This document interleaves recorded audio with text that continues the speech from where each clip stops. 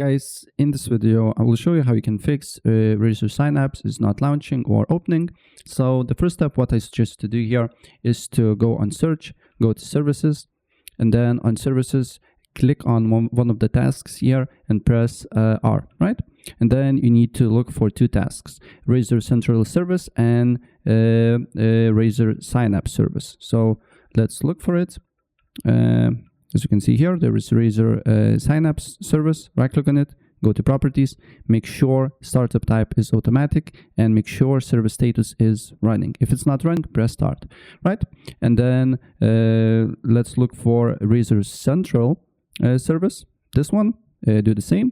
Right click on it, go to properties, make sure it's running, and make sure it's on automatic, right? Next step, go to task manager, then look for Synapse, and close all the tasks related to Synapse. And then after that, just relaunch the app and look if the problem persists or not.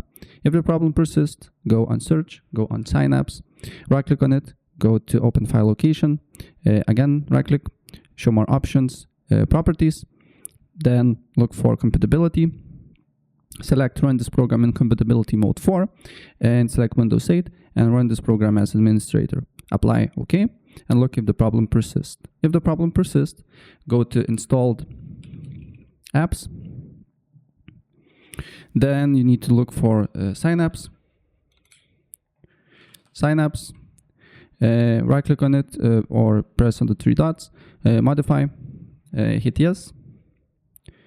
And then here, you can repair your Razer software here, or and after that, if this did not help you, what I suggest to do here is to completely uninstall Razer Synapse and then install it again, do clean install, and your problem should be fixed, right? So yeah, that's basically it. And if I helped you out, please press like button and subscribe for more. Take care.